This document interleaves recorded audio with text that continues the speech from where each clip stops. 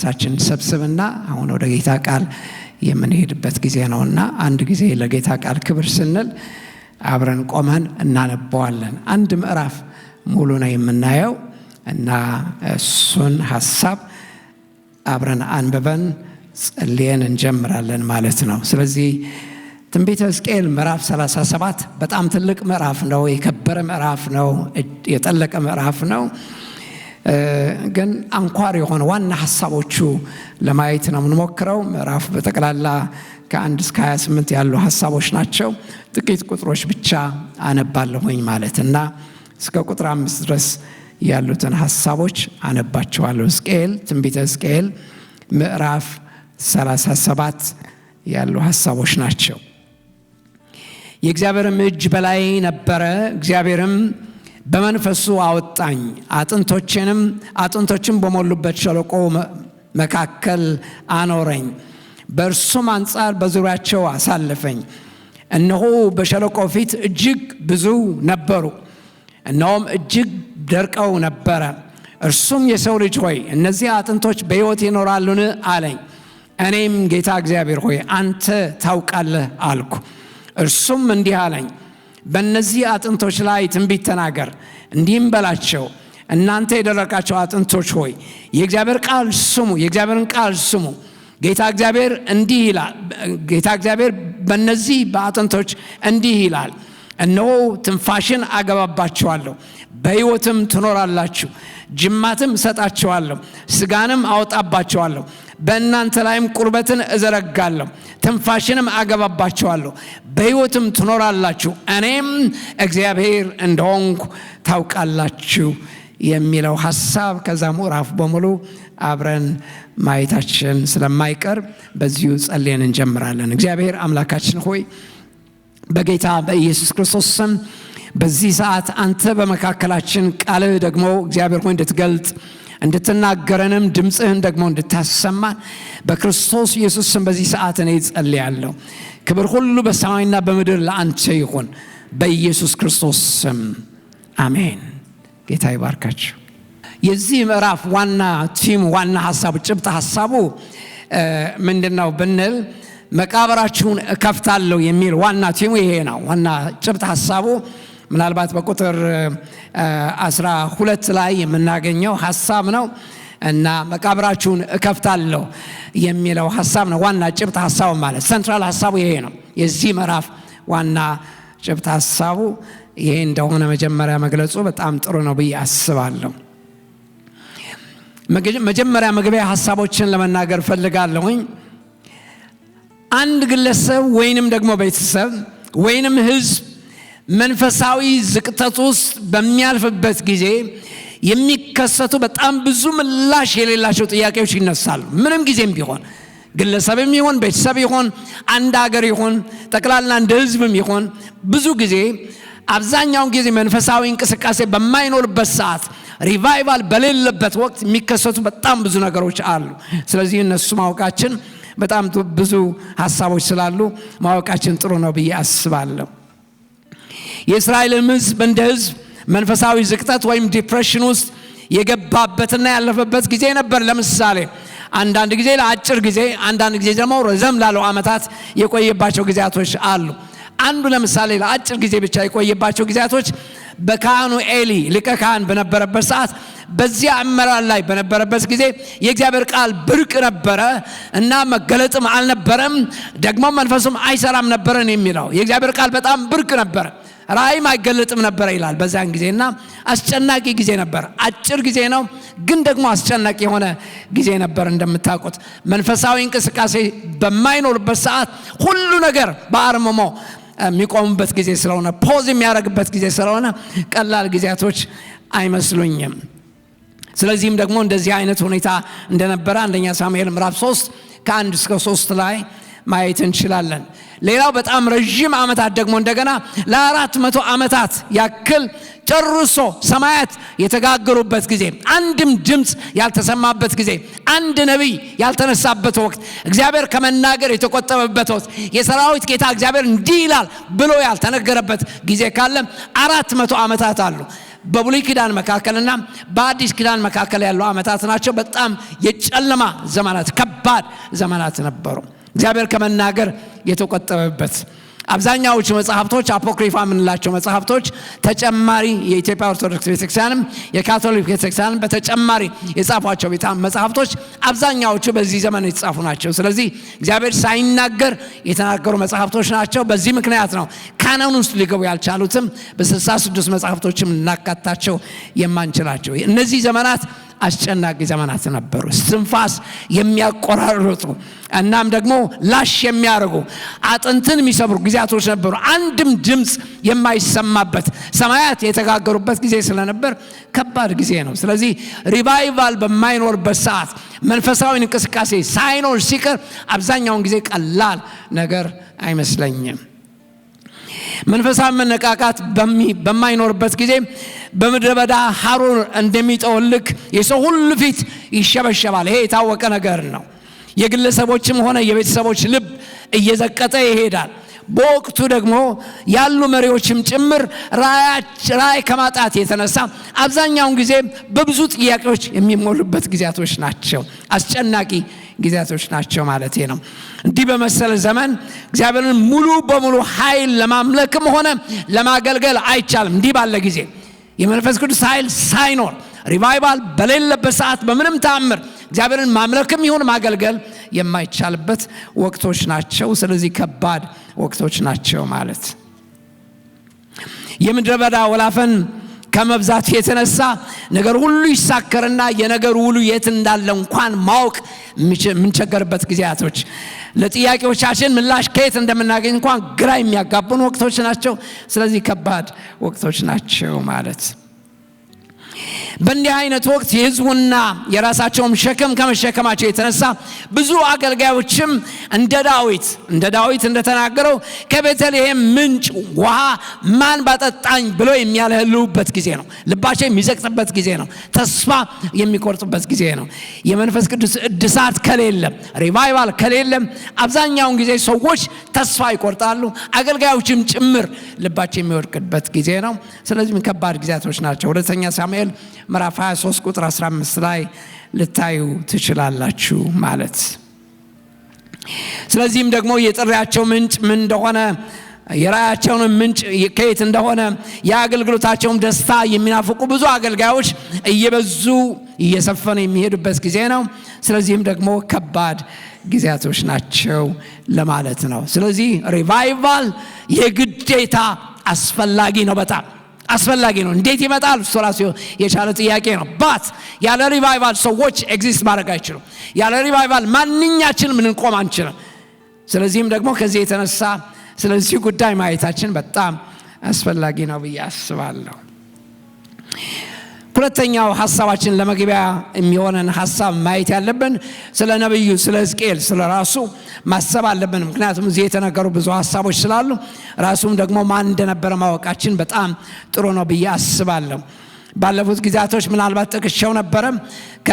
ከምርኮ በፊት የተጠሩ ነቢያት አሉ። ኢሳይያስ ብቻ ነው፣ አንድ ነቢይ ብቻ ነው የነበረው። ከምርኮ በፊት የተጠራ ሰው እሱ ብቻ ነው የነበረው፣ ነቢዩ ኢሳይያስ። አስገራሚ የሆነ መጽሐፍ፣ 66 ምዕራፎች ያሉት መጽሐፍ፣ የትንቢት መጽሐፍ የጻፈ ነው። ሰሞኑን እሱ ነው ማጠና ያለሁት። አስገራሚ መጽሐፍ ነው በእውነት። እና እሱ ብቻ ነው የነበረው። በምርኮ ጊዜ ደግሞ አብረው ተማርከው ስደተኞች ሆነው ሬፊጂ ሆነው ከህዝባቸው ጋር አብረው ተሰደው ደግሞ የነብይነት ጸጋ ኤክሰርሳይዝ ያደርጉ የነበሩ ሰዎች ደግሞ አሉ። እንደ ሕዝቅኤል አይነት፣ እንደ ኤርሚያስ አይነት፣ እንደ ዕንባቆም አይነት፣ ሶፎንያስ፣ እነዚህ የመሳሰሉ ነቢያት በምርኮው ጊዜ አብረው ተማርከው በነብይነት ጸጋቸው ሲያገለግሉ የቆዩ ሰዎችም አሉ። ስለዚህም ደግሞ ሕዝቅኤል የዛ ፓርት ኤንድ ፓርሰል ነው። ሶስተኛዎቹ ደግሞ ከምርኮ በኋላ የመጡ ነቢያት ደግሞ አሉ። ሁለት ብቻ ናቸው እነዚህ እና አንዱ ሐጌ ነው፣ ሁለተኛው ደግሞ ዘካርያስ ነው።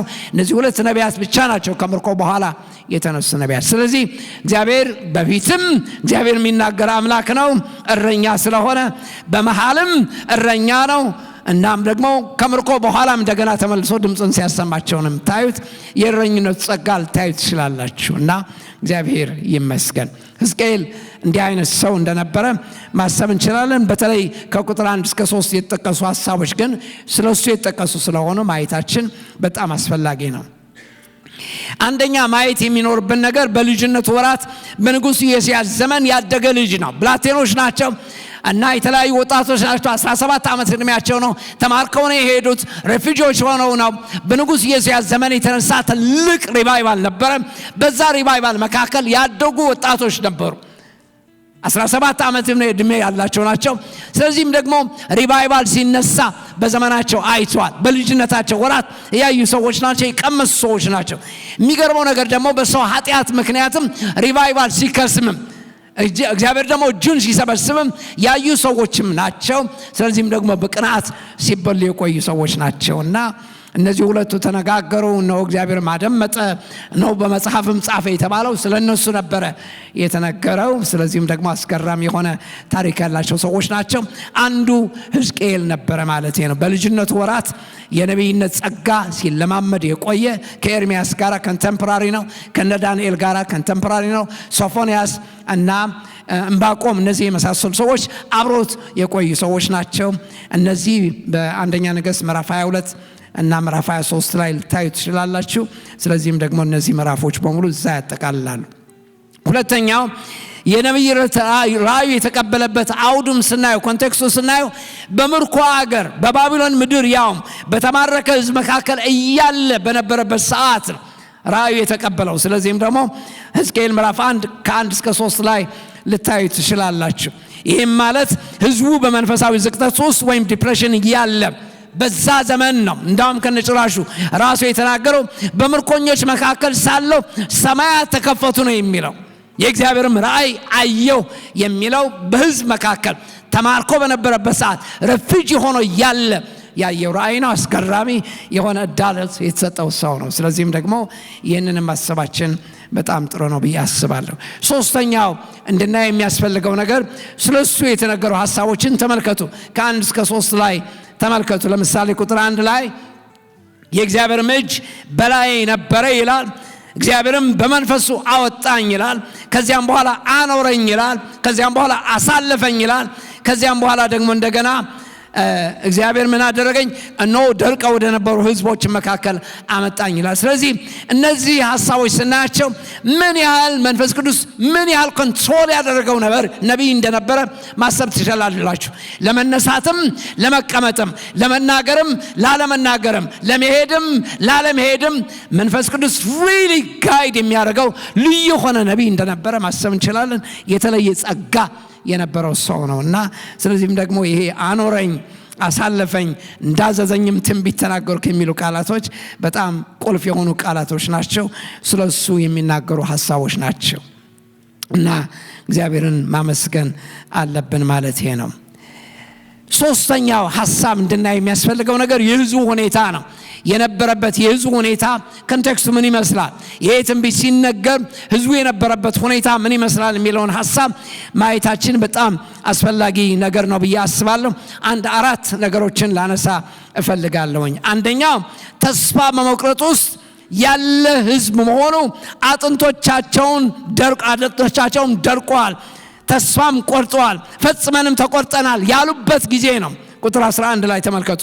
አጥንቶቻችን ደርቀዋል፣ ተስፋችንም ተቆርጧል፣ ፈጽመንም ተቆርጠናል ያሉበት ሰዓት ነው። ስለዚህ ምን ያህል መንፈሳዊ ዝቅጠት ውስጥ እንደነበሩ ማሰብ ትችላላችሁ። ደስፐረት በሆነ ሁኔታ ውስጥ ነው የነበሩት። ሁለተኛው በመካከላቸው የነበረው ኔትወርክም ተበጣጥሷል። በመሃላቸው የነበረው የልብ መገናኘትም የለም፣ የአንድነት ልብም የለም። ፈጽሞ ኔትወርካቸው በሙሉ የተበጣጠሰበት ጊዜ ነው። ግንኙነታቸው በሙሉ የተበጣጠሰበት ጊዜ ነው። አንድም ከማንም ሰው ጋር መሆን የማይፈልግበት ጊዜ እንደነበረ ማሰብ እንችላለን። ስለዚህም ደግሞ በጣም አሳዛኝ በሆነ ሁኔታ ውስጥ የነበሩ ሰዎች ናቸው። the only thing የረዳቸው ምንድነው? በዛ ዘመን በፈሪሳውያንና በጸሐፍት እና በሰዱቃውያን የሚካሄደው መንፈሳዊ እንቅስቃሴ ብቻ እሱን ብቻ እንደ ቃርሚያ የሚቃርሙ ሰዎች እንጂ በመሃላቸው የነበረው ግንኙነት ግን ተበጣጥሶ እንደነበረ ራሳቸው የተናገሩት ቃል ነው። ሶስተኛው ፊታቸውም ደግሞ አሸብሽቧል፣ ተሸብሽቧል። ወዛቸው ጠፍቷል፣ እንዳውም መልካቸውም ከስመዋል። ስለዚህም ደግሞ መልክ የላቸውም። በላያቸው ላይ የነበረው የእግዚአብሔር ጸጋ የለም፣ የእግዚአብሔር ሞገስ የለም፣ የእግዚአብሔር ኃይል የለም፣ የእግዚአብሔር ቅባት የለም። ስለዚህም ደግሞ ወዛቸው እንደደረቀ፣ ፊታቸው እንደተሸበሸበ ማሰብ ትችላላችሁ። ስለዚህ ምን ያህል ደስፐሬሽን ውስጥ እንዳሉ፣ ምን ያህል ጭንቅ ውስጥ እንዳሉ ማሰብ እንችላለን። አራተኛው ነገር ደግሞ አጥር እንደሌለው ቤትም የማንም ሰው መረጋገጫ የሆነበት ጊዜ፣ የማንም እግር መረጋገጫ የሆነበት ጊዜ ነው። ስለዚህም ደግሞ ምን ያህል አሳዛኝ በሆነ ሁኔታ ውስጥ እንደነበሩ ማየት እንችላለን። ለምሳሌ መዝሙር 121 ላይ ልታዩ ትችላላችሁ። የማንም ሰው አፍ መላገጫ የሆነበት ጊዜ፣ የማንም ሰው ስድብ የሚጠግቡበት ጊዜ ነበር። ስለዚህም ደግሞ ከባድ ጊዜ ነበር። መዝሙር 137 ላይ ስታዩ ደግሞ እንዳውም አሕዛብ በሙሉ ተሰብስበው የኢየሩሳሌም መዝሙር ዝማሬ ዝፈኑልን አሏቸው። በዘፈን መልክ ዝፈኑልን አሏቸው። ያን ያህል ውርደት የተዋረዱበት ጊዜ ነበር። ስለዚህም ደግሞ ከባድ ጊዜ እንደነበረ ማሰብ እንችላለን። በላያቸው ላይ የነበረው ዲግኒቲ የጠፋበት ወቅትና ጊዜ ነበረ። እነዚህ የመሳሰሉ ሁኔታዎች ናቸው። ይበቃናል ለመግቢያ ያክል። አሁን ወደ ዋናው ሐሳብ እንግባና መንፈሳዊ መነቃቃትና እድሳት በሚመጣበት ሰዓት ማይንድ ዩ ሪቫይቫል እና ሪኒዋል የሚሉ ሐሳቦች መንፈሳዊ እንቅስቃሴና መንፈሳዊ እድሳት ልዩነት አላቸው። መንፈሳዊ እድሳት የነበረን ነገር የጠፋን ጸጋ እንደገና ተመልሶ ሪቫይቭ ማድረግ ነው፣ በህይወት እንዲኖር ማድረግ ነው። ተዳፍኖ የነበረ ከስሞ የነበረ ምናልባትም ደግሞ በተለያየ ሁኔታ ብዙ ነገር ተጭኖበት የነበረውን ነገር እንደገና ማደስ ማለት ነው። የነበረ ነው ግን እንደገና ሪቫይቭ እንዲያደርግ ማድረግ፣ የተጣለው ጸጋ እንደገና መልሶ ማደስ ነው። መንፈሳዊ እንቅስቃሴ ሲመጣ ግን የሚገርመው ነገር ራሱ የቻለ ነፋስ ነው፣ ራሱ የቻለ ዓለም ነው። አዲስ ነገር መፍጠር የሚጀምርበት ጊዜ ከስር ከመሰረቱ በህዝብ መካከል እግዚአብሔር ሲገኝ፣ እግዚአብሔር እጁን ሲዘረጋ፣ መንፈሱን ሲያፈስ አስገራሚ የሆነ እድሳት ብቻ ሳይሆን ሪቫይቫልም ያመጣል። አዲሱን ትውልድ ለመያዝ፣ አዲሱን ትውልድ ለማስነሳት ያልታሰቡ ሰዎች የሚነሱበት ጊዜ በሪቫይቫል ጊዜ ነው። አስገራሚ የሆኑ ትዕይንቶች የሚከሰቱበት ወቅት ነው። ስለዚህ ሁለቱ ልዩነት አላቸው። ስለዚህ ያልኩ ያለሁት ምንድነው? መንፈሳዊ መነቃቃትና እድሳት እንዴት ነው የሚመጣው የሚለውን ሐሳብ እሱን ነው ማሰብ የምንችለው። ስለዚህ 7 ትልልቅ ሐሳቦች ለማንሳት እፈልጋለሁኝ። አንደኛው የመጀመሪያው ነገር መንፈሳዊ መነቃቃት በየትኛውም ዘመን በእግዚአብሔር አነሳሽነት ወይም እግዚአብሔር ኢኒሺየት አድርጎ የሚያመጣው ነገር እንጂ በሰው አነሳሽነት የሚመጣ ነገር አይደለም። ሰዎች ራሳቸውን አነቃቅተው ሰዎች ስለፈለጉ ብቻ የሚመጣ ነገር አይደለም። እግዚአብሔር ራሱ አነሳስቶ የሚያመጣው ነገር ነው። ኢኒሺየቲቭ የሚወስደው ጌታ ነው ማለት በእግዚአብሔር አነሳሽነት የሚመጣ ነገር እንደሆነ መጀመሪያ ማወቃችን በጣም ጥሩ ነው። የሕዝቡንና የአገልጋዮችን ልብም በጽድቅ ረሃብና ጥማት እንዲሞላ በማድረግ እግዚአብሔር ራሱ ይነሳል። ስለዚህም ደግሞ ነፍሳቸውን በቅናት ያስነሳል፣ ልባቸውን በጥማት እንዲሞላ ያደርግና ነው እግዚአብሔር ሕዝቡን የሚጎበኘው። የመጀመሪያ ደረጃው ኢኒሺየቲቭ የሚወስደው እግዚአብሔር ራሱ ነው የሚለው ሐሳብ ላሰምርበት እፈልጋለሁ። ስለ በጎ ፈቃዱ መፈለግንም ማድረግንም በእኛ ውስጥ የሚሰራው እግዚአብሔር ነው ስለሚል ጌታ የጌታ ቃልም እንደሱ ስለሚል ፊልጵስዩስ ምዕራፍ 2 ላይ ቁጥር 12 እና 13 ላይ መፈለግንም በውስጣችን የሚያመጣ ጥማትም በውስጣችን የሚያመጣ ያንን ጥማት ደግሞ የሚሞላም ጌታ ራሱ ነው። ስለዚህ መጀመሪያ ደረጃ ማወቅ ያለብን መንፈሳዊ እንቅስቃሴ ሊመጣ የሚችለው በሰው ኢኒሺዬሽን አይመጣም፣ በሰው አነሳሽነት አይመጣም። ራሱ እግዚአብሔር ብሬክ ስሩ ሰጥቶ ለሕዝብ በሕዝብ መካከል ራሱን የሚገልጥበት ጊዜ ነው። በሐጌ ላይም እንደምናየው የመሪዎችና የአገልጋዮችን መንፈስ ያነቃቃል። የእግዚአብሔርም የሚያነቃቃ ስራም ደግሞ ተጀመረበት ጊዜ አስገራሚ የሆነ ማልታይ ፋሰት የሆኑ ስራዎች ይሰራሉ። እግዚአብሔር ክብሩን በሚገልጥበት ሰዓት እግዚአብሔር በመጥራቱ ስለማይጸጸት በቀድሞ ዘመን የጠራቸውን ሰዎች እግር ያጸናል፣ ራእያቸውን ያድሳል፣ ጸጋቸውን እንደገና መልሶ እንዲጨብጡ ያደርጋቸዋል። ጥለውት የነበሩትን ራእይ እንዲያድሱ ያደርጋቸውና አዳዲስ ትውልድ ደግሞ እግዚአብሔር ያስነሳል። በቅናት ያስነሳና አስገራሚ የሆነ መንፈሳዊ እንቅስቃሴ ደግሞ ያመጣል። እግዚአብሔር መጀመሪያ ሊመጣ የሚችለው ሪቫይቫል በምንድነው የሚመጣው ቢባል በእግዚአብሔር በራሱ አነሳሽነት የሚመጣ ነው። በእያንዳንዳችን ቤት የሚመጣው በምንድነው ቢባል እግዚአብሔር ራሱ በአነሳሽነት የሚመጣ ነገር ነው። መሳይ የሆነ መንፈሳዊ እንቅስቃሴ ግን አብዛኛውን ጊዜ ካውንተርፊት የሆነ ሪቫይቫል ግን በምንድነው የሚመጣው ብንል አብዛኛውን ጊዜ በሰዎች ማኒፑሌሽን የሚመጣ ነው። ሰዎች ማኒፑሌት የሚያደርጉት ነው። የሰውን አእምሮ ጨምድደው የሚይዙ ሰዎች፣ ኢሞሽናሊዝም የተሞላቸው ሰዎች፣ በስሜት ግልቢያ ያሉ ሰዎችን ህዝብን በስሜት ግልቢያ እንዲገባ በማድረግ በሰው አነሳሽነት የሚመጣ ነው። ስለዚህም ደግሞ ይሄ ካውንተርፊት ሪቫይቫል ነው። ኢትዮጵያ ውስጥ እንደዚህ ተነስቶ ነበር፣ እየከሰመ ነው ያለው። አሁን በአይኔ እያየሁት ነው ያለሁት። ስለዚህም ደግሞ አብዛኛዎቹ አሁን የነበራቸውን ሀፍረት እንዳለ በአደባባይ ስለተገለጠ አብዛኛዎቹ አሁን እየከሰመ ነው ያለው። ሊሄድም አይችልም። በሰው አነሳሽነት የሚመጣ ነገር ዘለቄታም የለውም ከነጭራሹ። ስለዚህም ደግሞ ከዚህ የተነሳ የእግዚአብሔርን ክብር ስለሚጋፋና ስለሚሻማ ህይወትን የማይሰጥና ጭሆት ብቻ ሆኖ ስለሚቀር ከዚህ የተነሳ ሰዎች እንደገና ተመልሰው ይከስማሉ። በሰው አነሳሽነት የመጣ ነገር አብዛኛውን ጊዜ በዘመናት መካከል እየከሰመ የሚመጣ ነገር ነው የሚሆነው። የእግዚአብሔር እጅ ያለበት ግን እግዚአብሔር ራሱ ያነሳሳው ሪቫይቫል ግን አይጠፋም። ያ እሳት ተለኩሶ አይጠፋም።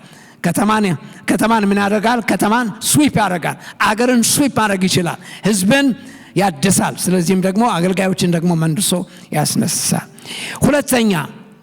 ሁለተኛው መንፈሳዊ መነቃቃት የሚጀምረው የሰው ሁሉ ተስፋ ሲሟጠጥ፣ የሰው ተስፋ ሲከስም፣ ሄዶ መዳረሻ ሲያጣ፣ ከነጭራሹ እዛ ደረጃ ላይ ሲደርስ ደስፐሬት በሆነበት ሰዓት ነው የሚመጣው። የሚገርመው ነገር ምናልባት በዚህ ጊዜ አላቅም ያላችሁበት ሁኔታ እኔ አላቅም፣ በግላችሁም ይሁን እንደ ቤተክርስቲያናችንም ይሁን አላቅም። ደስፐሬሽን ውስጥ ካለን I can assure you revival is coming። እግዚአብሔር ራሱ ጉብኝት የሚያመጣው እንዲህ ባለ ደስፐሬሽን ባለበት ሰዓት ነው። ሰው ሁሉ ላሽ ሲል፣ ሲደክመን፣ ሲታክተን የምናደርገው ነገር በሙሉ ሪፒቴሽን ሲሆን፣ ድግግሞች ሲሆን ያን ጊዜ እግዚአብሔር ምን ያደርጋል? የራሱ ሪቫይቫል ያመጣል። የራሱ እድሳት ያመጣል። ብሬክስሩ ያመጣል። እግዚአብሔር ስሙ የተባረከ ይሁን። ደስፐሬት በሆንበት ሰዓት ሄደን ላሽ ስንል፣ መሄጃ ሲጠፋብን፣ ግራ ሲገባን ያን ጊዜ እግዚአብሔር ራሱ ይጎበኛል። እግዚአብሔር ይመስገን ይጎበኛል። ተስፋ አትቁረጡ ማለት ነው። በቀድሞ ዘመን የነበረው መንፈሳዊ መነቃቃት በቤታችሁ ጠፍቶ ከሆነ፣ የድሮ ቅናታችሁ ጠፍቶ ከሆነ፣ የጸሎት ህይወታችሁ ተዳፍኖ ከሆነ፣ ራያችሁ ተዳፍኖ ከሆነ አይካናሽሩ ደስፐሬት በሆናችሁበት ሰዓት እግዚአብሔር ራሱ ይመጣል። አንድ ቀን ይመጣል። በድንገት ይመጣል። ጌታ እናንተን ለመጎብኘት ይመጣል። እግዚአብሔር ሲጎበኝ ይጎበኛል። እግዚአብሔር ሲነካ ይነካል። እግዚአብሔር ሲያነቃቃ ያነቃቃል። ህዝብን ያድሳል፣ መንፈስን ያድሳል፣ ያነቃቃልም፣ ቤቱንም ደግሞ ያነሳሳል። ስለዚህም ደግሞ ደስፐሬት በሆነበት ሰዓት ነው ሊመጣ የሚችለው ማለት ነው። ተስፋ አትቁረጡ። ላሽ ብለን ከሆነ ከኮንፈረንስ ሄደንም አንድ ቅም የሚል ነገር ሳናገኝ ስንቀር የሚገርማችሁ ነገር ጌታ ራሱ ይመጣል። በማንም ሰው አይደለም የሚመጣው፣ ጌታ ራሱ ይመጣል። ቤቱን ለማደስ፣ ነፍሳትን ለማድረግ፣ ለማነቃቃት፣ ህዝቡን ለማደስ እግዚአብሔር ራሱ ይመጣል። በራሱ መንገድ ሲመጣ ነው የምናየው። ስለዚህም ደግሞ የሰው ጉልበት ሲያልቅ ነው የእግዚአብሔር ኃይል የሚጀምረው። ጉልበታችሁ ላሽ ባለበት ሰዓት፣ ተስፋ በቆረጣችሁበት ጊዜ፣ ራያችሁ የተዳፈነበት ጊዜ፣ አገልግሎታችሁ ጥላችሁ ባላችሁበት ሰዓት፣ ሁሉ ነገር ተውጦ ባለበት ሰዓት የሚገርማችሁ ነገር በድንገት ጌታ ይመጣል። ያኔ በድንገት እግዚአብሔር ጉብኝቱን ያመጣል። እግዚአብሔር ስሙ የተባረከ ይሁን። ስለዚህም ደግሞ ዊንስተን ቸርችል እንዳሉት never give up። በፍጹም ተስፋ አትቁረጡ። በፍጹም ተስፋ አትቁረጡ። ደስፐሬሽን ውስጥ ያላችሁ ሰዎች በፍጹም ተስፋ አትቁረጡ። ከዕለታት አንድ ቀን የእናንተ ቤት የሚጎበኝባት ወቅት መጣለች። የእናንተ ዘመን ሊሆን ይችላል። እግዚአብሔር ይሄ ዘመን ምናልባትም እናንተን ለማደስ የሚመጣበት ጊዜ ሊሆን ስለሚችል ተስፋ አንቁረጥ።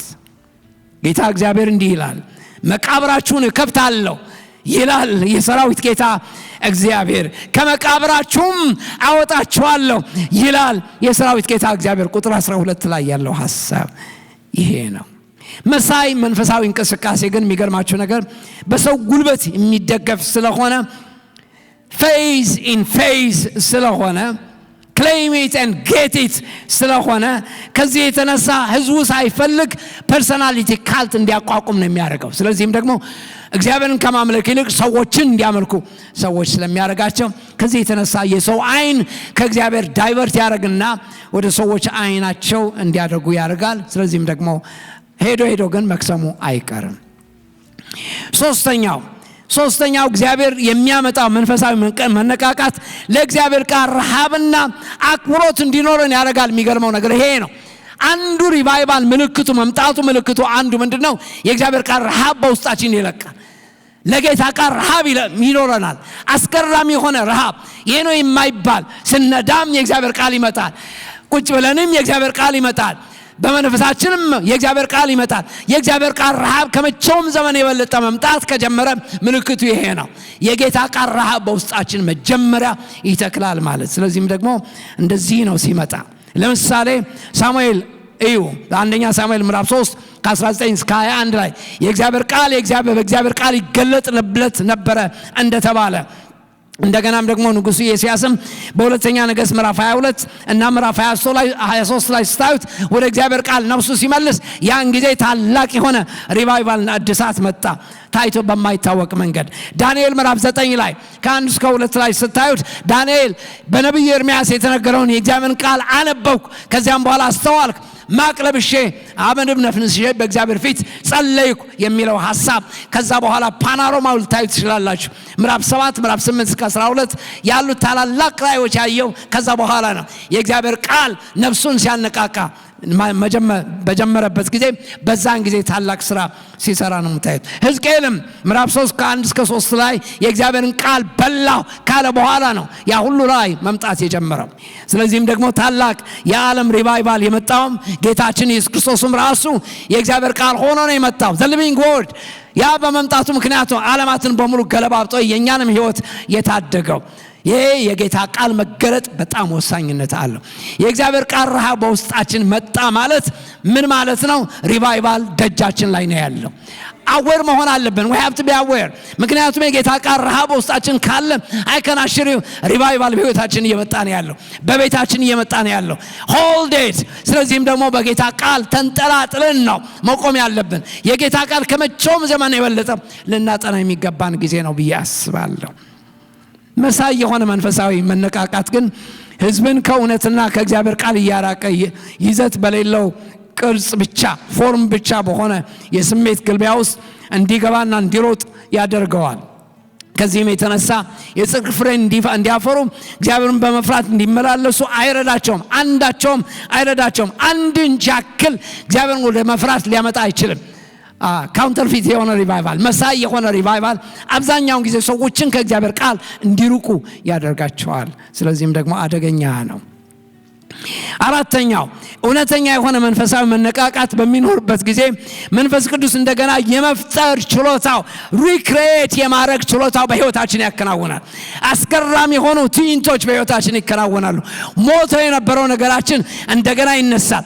ሞቶ የነበረው የሰውነታችን አካልም ህይወት ይኖረዋል። ሞቶ የነበረው ነገራችንም እንደገና ተመልሶ ህይወት ይዘራል። አስገራሚ የሆነ ነገር ነው የሚደረገው በዛን ጊዜ። እግዚአብሔር ፈጣሪ ብቻ ሳይሆን እንደገና የመፍጠር ችሎታም ስላለው ሞቶ የነበረው ሰውነታችን ራሱ ምን ይሆናል? በሕያውነት እንዲኖር ይከናወናል። ስለዚህም ደግሞ ፈውስ በህይወታችን ይካሄዳል። ተአምራቶች በህይወታችን እናያለን። ድንቆች ምልክቶች በህይወታችን እናያለን። አቁመናቸው የነበሩ ተስፋ ቆርጠንባቸው የነበሩ ነገሮች እንደገና ተመልሶ ያንሰራራሉ። ዋይ? ምክንያቱም ህይወት ሰጪ ጌታ ስለሆነ፣ ተአምር ሰሪ ጌታ ስለሆነ፣ ሪክሬተር ስለሆነ እንደገና የመፍጠር ችሎታውም ይሰራል። አስገራሚ ትዕይንቶች ይከናወናሉ። ጆናታን ኤድዋርድስ እና ጆርጅ ዋይትፊልድ ያመጧቸው ሪቫይቫሎች አስገራሚ የሆኑ ትዕይንቶች ነው የሆኑት። ምንድነው የሆነው? አንድ ቀን ጆናታን ኤድዋርድስ በቅርብ ጊዜ ባዮግራፊውን ሳጠና ነበርና በጣም አስገራሚ ነገር ነው። አንድ ምሽት ላይ ሲሰብክ ነበር። ሰዎች ኦልሬዲ ከዩኒቨርሲቲው ተሰናብቶ ሳይንቲስት ነበር። ከዛ ተሰናብቶ ወጣ እና የጌታ ቃል መስበክ ጀመረ። ብዙ ህዝብ ይሰበሰባል።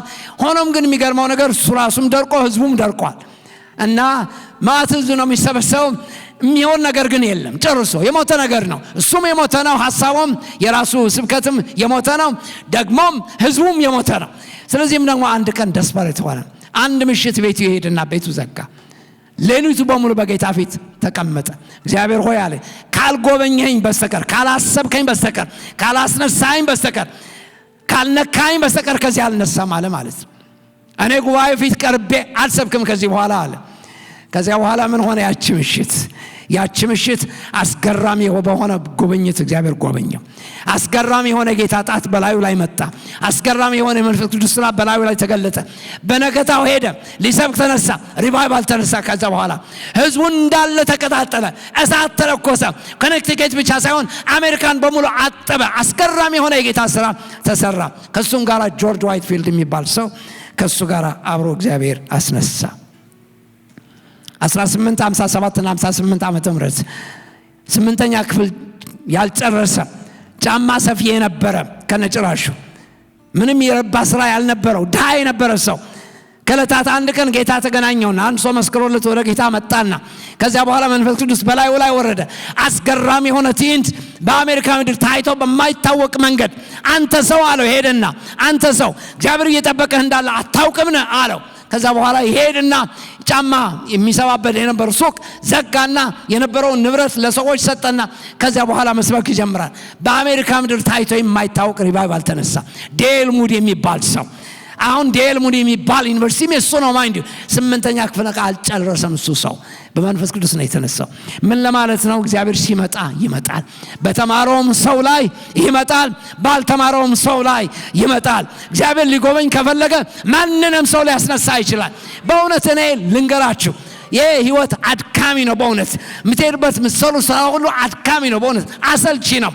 ከለታት አንድ ቀን እግዚአብሔር ሆይ ጎብኘኝ፣ አስበኝ፣ በመንግስት አብቃኝ፣ አስነሳኝ ማለት ይሻላል።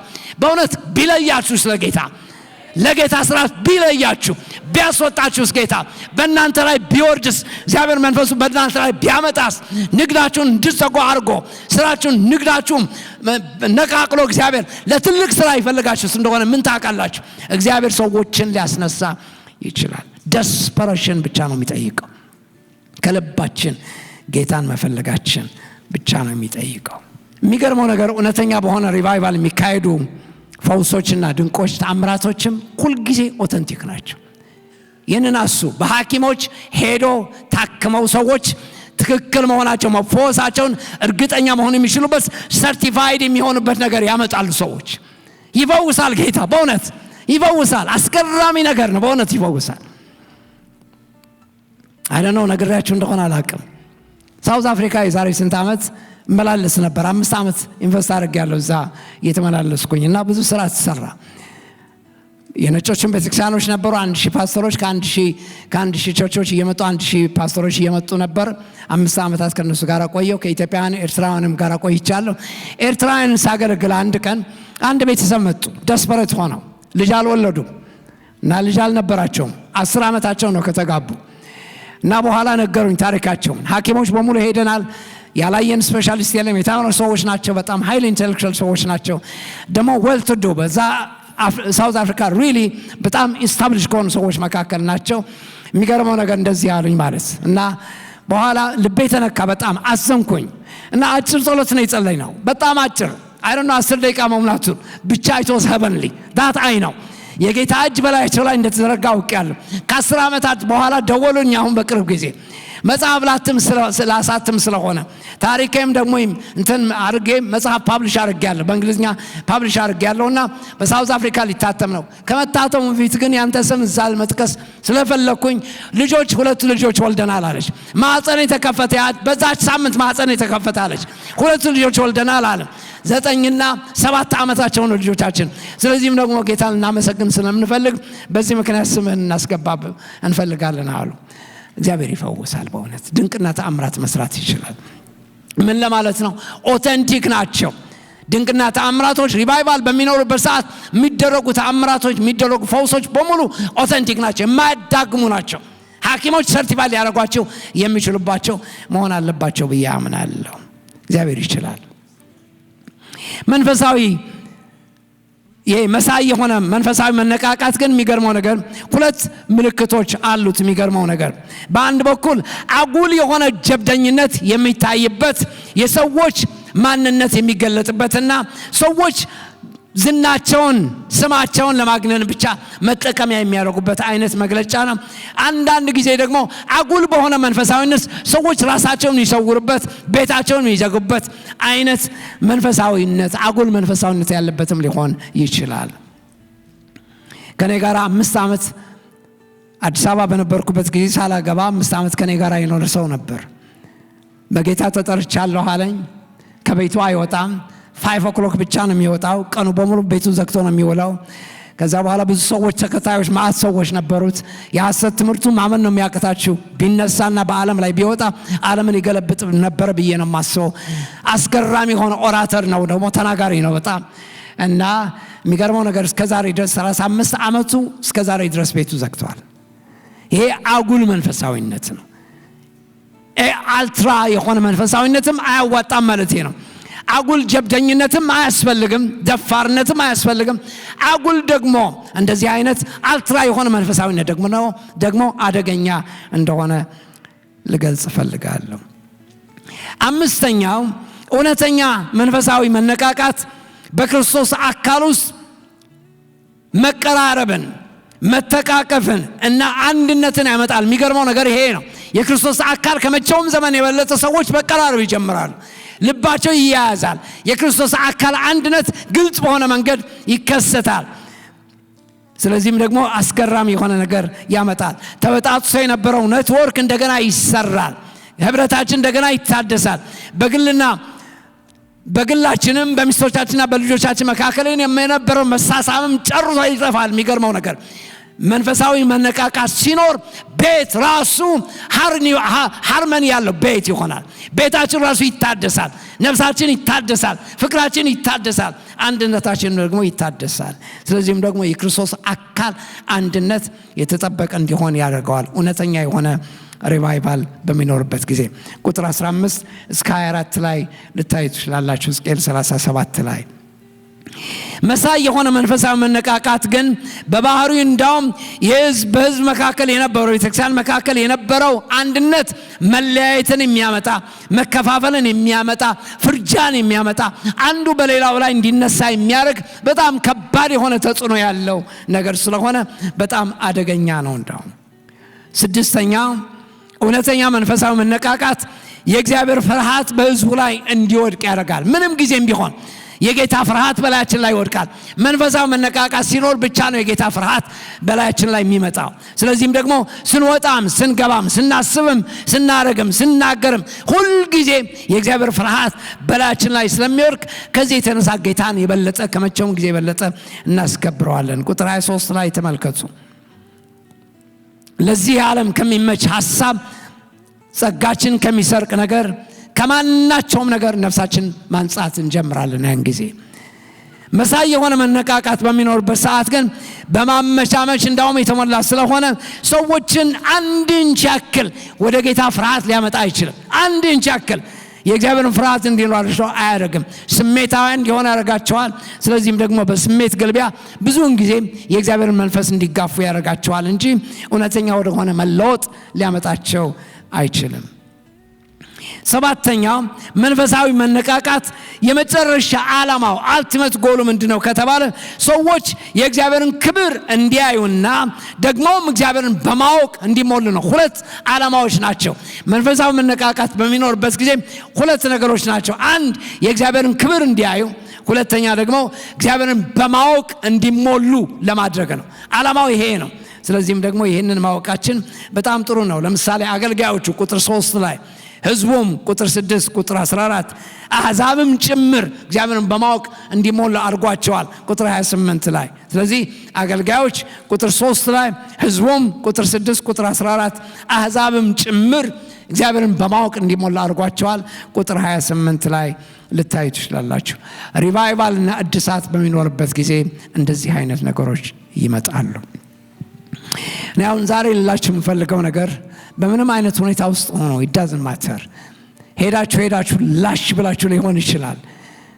አንተ ምንጭ ሆይ የተባለበት፣ አንተ ምንጭ ሆይ ፍለቅ የተባለበት የለመኑበት ጊዜ ነበር። ሄደው ደከማቸው፣ አለህለው፣ መጨረሻ ላይ ተስፋ ቆረጡ። ደስፐረት በሆኑበት ሰዓት ወደ ላይ ዓይናቸውን አነሱ። አንተ ምንጭ ሆይ ፍለቅ ያሉበት ጊዜ ነበር። እኔ ዛሬ ልላችሁ የምፈልገው ነገር በምንም አይነት የደረቀ ሁኔታ ውስጥ ሆኖ አጥንቶቻችሁም የደረቁ ይሆኑ፣ መንፈሳችሁም ይድረቅ፣ ራእያችሁም የጠፋ ይምሰል፣ ጸጋችሁም የተወሰደ ይምሰል፣ የነበራችሁ አገልግሎት ቅንዓትም የተወሰደባችሁ ይመስላችሁ it doesn't matter። የሚገርማችሁ ነገር እግዚአብሔር ግን ሰዎችን መቃብራቸውን መክፈት ይችላል። ከመቃብራችን ሊያስነሳን ይችላል። 7 ቃል ኪዳኖች አሉ። በዚያ በደመድም በጣም ጥሩ ነው። 7 እዚሁ ያሉ ናቸው። እዚሁ ሐሳብ፣ እዚሁ መጽሐፍ፣ እዚሁ ምዕራፍ ያሉ ሐሳቦች ናቸው። 7 ቃል ኪዳኖች አሉ። አንደኛው የመጀመሪያው መቃብራችሁን እከፍታለሁ ይላል የሰራዊት ጌታ እግዚአብሔር የሚለው ነው። የሰዎችን መቃብር ተስፋ የቆረጥንበትን ነገር ያታከተን ነገር ላሽ ያልንበትን ነገር እግዚአብሔር ከመቃብር እንደገና ሊያስነሳን ይችላል። ሕይወት ሊዘራብን ይችላል። መቃብራችሁን እከፍታለሁ ይላል የሰራዊት ጌታ እግዚአብሔር። የጨለመባችሁን ነገር ለማብራት ተስፋ የቆረጣችሁበትን ነገር መልሶ እንደገና ኢግናይት ለማድረግ ሁሉ ነገር ጭልምልም ያለውን ነገር መልሶ እግዚአብሔር ለመስራት ከእጃችሁ ያመለጠውን ነገር መልሶ በእጃችሁ ለማስገባት እግዚአብሔር ታላቅ ስራ ሊሰራ እንዳለው እኔ እነግራችኋለሁ። መቃብራችሁን እከፍታለሁ ይላል የሰራዊት ጌታ እግዚአብሔር። ሁለተኛው በሕይወትም አኖራችኋለሁ ይላል የሰራዊት ጌታ እግዚአብሔር። የሕይወትን ጣዕምና ልክ እንድታውቁ አረጋችኋለሁ፣ ደስ ብሏችሁ እንድትኖሩ አረጋችኋለሁ፣ ሕይወትም እዘራባችኋለሁ ይላል የሰራዊት ጌታ እግዚአብሔር። በሕይወትም ትኖራላችሁ ይላል የሰራዊት ጌታ እግዚአብሔር። ሐኪሞች ስላሉን እዚህ ምንም አይደለም፣ እኛ የልቤ ቅርብ ሰዎች ስለሆኑ መናገር ይችላሉ። I have all the freedom። እና አንዳንድ ጊዜ ከሐኪሞች ማለት ዓለማውያን የሆኑ ሐኪሞች በተለይ ዓለማውያን የሆኑ ሰዎች አብጥቶ ያለው አእምሯቸው ያለው እውቀት ብቻ ነው የሚታያቸው። ኢሞሽናል ኢንተለጀንስ የላቸው። በእኛ ላይ ሊያመጣ የሚችለውን ሰበብ አያውቁም። ስለዚህ ደግሞ ከአፋቸው ያላቃሉ። ከዚህ የተነሳ የማይሆን ነገር ይነግራሉ። ስለዚህም ደግሞ በሕይወት አትኖርም የሚል ሐሳብ ያመጣሉ። የሚገርመው ነገር ግን በሕይወት ያኖራል ጌታ። በሕይወት የሚያኖር ጌታ አለን ማለት ነው። በሕይወት ትኖራላችሁ ይላል የሰራዊት ጌታ እግዚአብሔር። ምንም አይነት የሕክምና ስቴጅ ላይ ያላችሁ ሰዎች በሕይወት ማኖር የሚችል ጌታ አለ። በሕይወትም አኖራችኋለሁ ይላል የሰራዊት ጌታ እግዚአብሔር። ሶስተኛው መንፈሴን በመካከላችሁ አሳድራለሁ ይላል የሰራዊት ጌታ እግዚአብሔር። መንፈሴን በሕይወታችሁ፣ መንፈሴን በቤታችሁ፣ መንፈሴን በመንገዳችሁ፣ መንፈሴን በስራችሁ፣ መንፈሴን በአገልግሎታችሁ ላይ አፈሳለሁ ይላል የሰራዊት ጌታ እግዚአብሔር። አራተኛው በገዛ ምድራችሁም አኖራችኋለሁ ይላል የሰራዊት ጌታ እግዚአብሔር። እግራችሁ የረገጠበትን ምድር እኔ ደስ ብሏችሁ እንድትኖሩ አረጋችኋለሁ ይላል የሰራዊት ጌታ እግዚአብሔር። የአሜሪካ መንግስት ዲክቴት ሊያደርገው አይችልም። የእስራኤል አምላክ እግዚአብሔር ግን እኔ ራሴ በዚህ ምድር ደስ ብሏችሁ እንድትኖሩ አረጋለሁ ይላል የሰራዊት ጌታ እግዚአብሔር። ምርኳችሁንም እመልሳለሁ ይላል የሰራዊት ጌታ እግዚአብሔር። አምስተኛው አንድ ሕዝብም አረጋቸዋለሁ፣ እረኛውም አንድ፣ ሕዝቡም አንድ አረጋዋለሁ ይላል የሰራዊት ጌታ እግዚአብሔር። በመካከላችሁ መከፋፈል እስከማይኖር ድረስ፣ መለያየት እስከማይኖር ድረስ፣ መነቋቆር እስከማይኖር ድረስ እኔ አንድ አረጋቸዋለሁ ይላል የሰራዊት ጌታ እግዚአብሔር። ቁጥር 19፣ ቁጥር 22፣ ቁጥር 24። ስድስተኛም እኔም እባርካችኋለሁ ደግሞም አበዛችኋለሁ ይላል የሰራዊት ጌታ እግዚአብሔር። በረከቴን በቤታችሁ ላይ አዛለሁ፣ በረከቴን በቢዝነሳችሁ ላይ አዛለሁ፣ በረከቴን በሕይወታችሁ ላይ አዛለሁ፣ በረከቴን በልጆቻችሁ ላይ አዛለሁ ይላል የሰራዊት ጌታ እግዚአብሔር። ትውልዳችሁም የተባረከ እንዲሆን እኔ እባርካለሁ ይላል የሰራዊት ጌታ እግዚአብሔር። ሰባተኛው ማደሪያዬም በላያችሁ ላይ አደርጋለሁ ይላል የሰራዊት ጌታ እግዚአብሔር። በእናንተ ቤት I will dwell፣ በእናንተ ቤት እኖራለሁ ይላል የሰራዊት ጌታ እግዚአብሔር። ፕሬዘንሴን፣ ህላወቴን አሸር አረገዋለሁ፣ ለእናንተ ገልጣለሁ ይላል የሰራዊት ጌታ እግዚአብሔር። ቤቴን፣ ቤታችሁን በህልውናዬ እሞላዋለሁ ይላል የሰራዊት ጌታ እግዚአብሔር። ስለዚህ መቃብራችሁን እከፍታለሁ ይላል የሰራዊት ጌታ እግዚአብሔር። ጌታ እግዚአብሔር ይባርካችሁ።